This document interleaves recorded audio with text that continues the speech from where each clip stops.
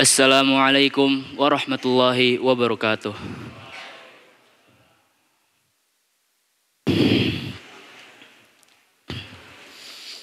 Innal hamdalillah nahmaduhu wa nasta'inuhu wa nastaghfiruh wa na'udzu billahi min shururi anfusina wa min sayyiati a'malina.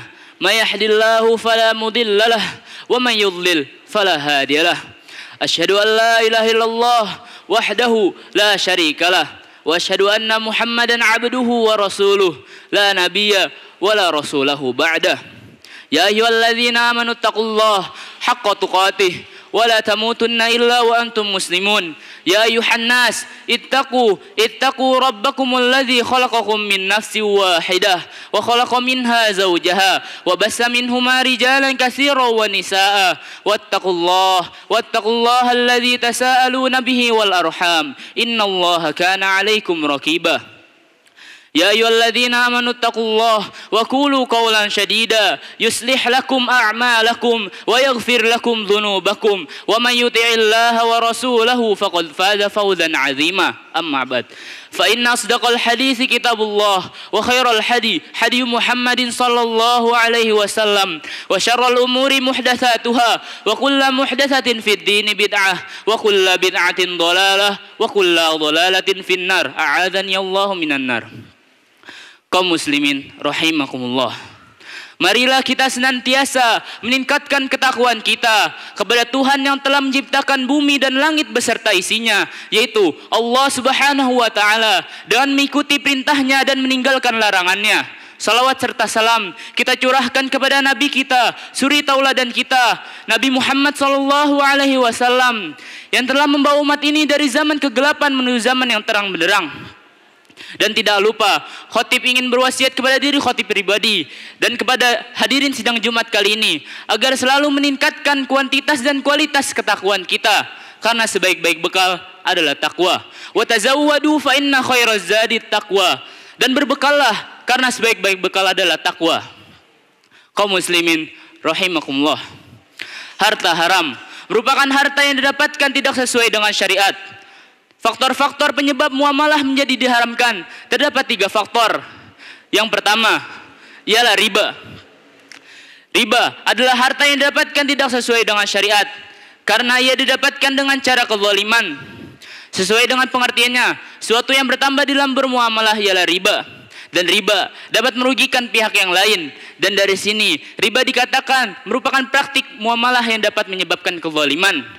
Yang kedua ialah goror. Goror secara bahasa ialah tipuan, dan goror secara istilah ialah jual beli yang tidak diketahui kesudahannya.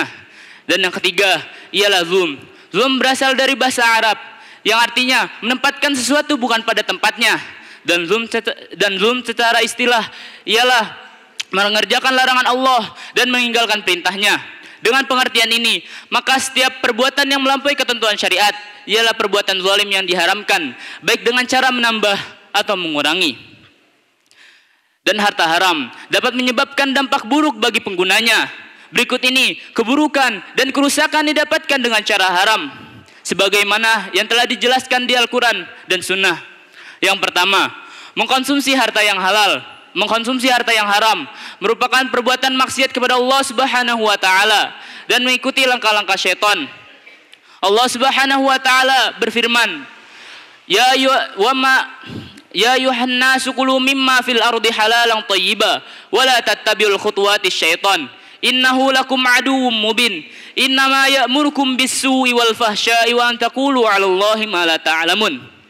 Wahai manusia, makanlah yang halal lagi baik dari apa yang terdapat di bumi, dan janganlah kamu mengikuti langkah-langkah syaitan, karena sesungguhnya syaitan adalah musuhmu yang nyata. Sesungguhnya syaitan hanya menyuruhmu berbuat keji dan jahat dan memberitahumu tentang Allah apa yang tidak kamu ketahui. Quran surat Al-Baqarah ayat 168 dan 169. Yang kedua, ancaman azab neraka bagi orang yang mengkonsumsi harta haram. Rasulullah Shallallahu Alaihi Wasallam bersabda, yang artinya tidak akan masuk surga daging yang tumbuh dalam dirinya makanan yang haram, dan neraka lebih layak baginya. Hadis riwayat Ahmad. Yang ketiga Tidak diterima harta yang haram meskipun ia infakkan atau ia belanjakan dengan niat ketaatan kepada Allah Subhanahu wa taala. Rasulullah Shallallahu alaihi wasallam bersabda yang artinya sesungguhnya Allah Maha baik dan ia hanya menerima yang baik atau halal. Hadis riwayat Muslim. Yang keempat, mengkonsumsi harta yang haram merupakan penyebab seseorang terhalang dari berbuat amalan soleh. Sebagaimana mengkonsumsi harta yang halal merupakan penyebab seseorang termotivasi untuk berbuat amalan soleh. Allah Subhanahu wa taala mengisyaratkan tentang keterkaitan antara mengkonsumsi makanan yang halal dengan termotivasi untuk berbuat amalan soleh. Allah Subhanahu wa taala berfirman, Ayyuhar Rasul, kulu min thayyibati wa'malu salihah, inni bima ta'maluna alim. Wahai Rasul, makanlah yang halal dan kerjakanlah amalan soleh. Sungguhnya aku maha mengetahui apa yang kamu kerjakan. Quran surat Al-Mu'minun ayat 51. Dan yang terakhir atau yang kelima, tersebarnya harta haram merupakan penyebab turunnya azab dari Allah Subhanahu wa taala. Rasulullah Shallallahu alaihi wasallam bersabda yang artinya apabila telah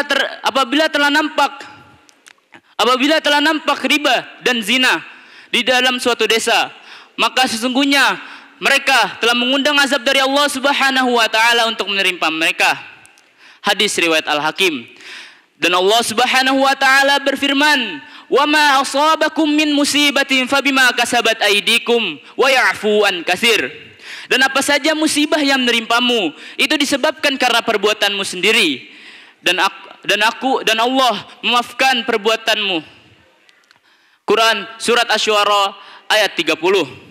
Aqulu ma tasma'un wastaghfirullaha li wa lakum wa lisairil muslimina wal muslimat fastaghfiruh innahu huwal ghafurur rahim.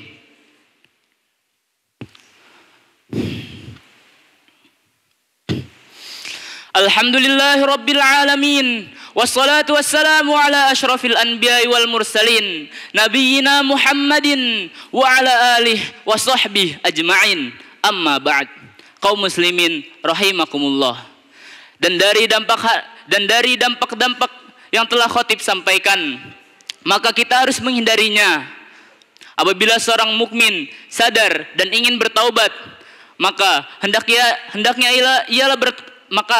ia berdoa dan beribadah kepada Allah Subhanahu wa taala untuk meminta taubatnya.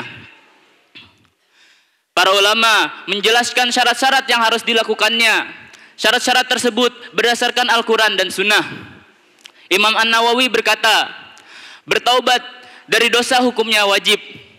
Apabila seseorang hamba dengan Allah dan tidak ada sangkut pautnya dengan hak anak Adam, maka terdapat 3 syarat untuk diterima taubatnya. Yang pertama, ia harus meninggalkan perbuatan tersebut selama-lamanya. Dan yang kedua, ia harus menyesali perbuatannya. Dan yang ketiga, ia harus bertekad untuk tidak mengulanginya lagi selama-lamanya. Apabila salah satu syarat di atas tidak terpenuhi, maka taubatnya tidak sah. Dan apabila dosa tersebut bersangkutan dengan hak anak Adam, maka ada syarat yang harus ia tambah, yaitu penyelesaian atas dosa tersebut. Dan apabila dosa tersebut bersangkutan dengan harta, maka ia harus menggantikan harta tersebut. Dan bagi kaum muslimin yang sudah terjerumus ke dalam harta haram, maka segeralah bertaubat. Mungkin karena ketidaktahuan kita akan hukum Allah yang sangat besar, atau mungkin karena khilafan kita, karena tabiat manusia pasti pernah berbuat salah.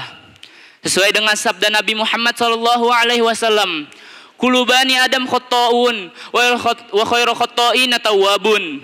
Setiap manusia pasti berbuat kesalahan, dan sebaik-baik manusia yang berbuat kesalahan adalah orang yang bertaubat dari kesalahannya tersebut. Hadis riwayat Tirmizi. Dan semoga kita terhindar dari perbuatan tersebut yang dapat menghancurkan hidup kita di dunia maupun di akhirat. Amin ya rabbal alamin. Innallaha wa malaikatahu yusalluna 'alan nabi ya ayyuhalladzina amanu sallu 'alaihi wa sallimu taslima. Allahumma salli 'ala Muhammad wa 'ala ali Muhammad كما صليت على إبراهيم وعلى آل إبراهيم إنك حميد مجيد وبارك على محمد وعلى آل محمد كما باركت على إبراهيم وعلى آل إبراهيم إنك حميد مجيد اللهم اغفر للمسلمين والمسلمات والمؤمنين والمؤمنات الأحياء منهم والأموات إنك سميع قريب مجيب دعوات يا قاضي الحاجة اللهم إنا نسألك الهدى والتقى والعفاف والغنى اللهم إنا نسألك الهدى والتقى والعفاف والغنى اللهم إنا نسألك الهدى والتقى والعفاف والغنى اللهم أحسن عاقبتنا في أمور كلها وأجرنا من خزي الدنيا وعذاب الآخرة اللهم أصلح ولاة أمورنا اللهم أصلح ولاة أمورنا اللهم وفقهم لما فيه صلاحهم